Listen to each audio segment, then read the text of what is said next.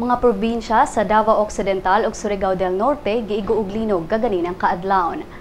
Unang giigo og magnitude 3.5 nga linog ang Davao Occidental sa alas 12:49 sa kaadlawon, din ang epicenter na sigpatan sa 90 km southeast sa Jose Abad Santos. Doon na kini 114 km o nga gilawmon og tectonic ang gigikanan niini. Samtang mga alauna 15 sa kaadlawon, giigo usab og 3.3 magnitude nga linog ang Surigao del Norte. Ang epicenter sa linog anaa sa 12 km northeast sa Socorro Municipality. Tectonic gihapon ang gigikanan niini og dunay gilawmon nga 7 kilometers. Nasinati ang intensity 1 sa Socorro, Surigao del Norte.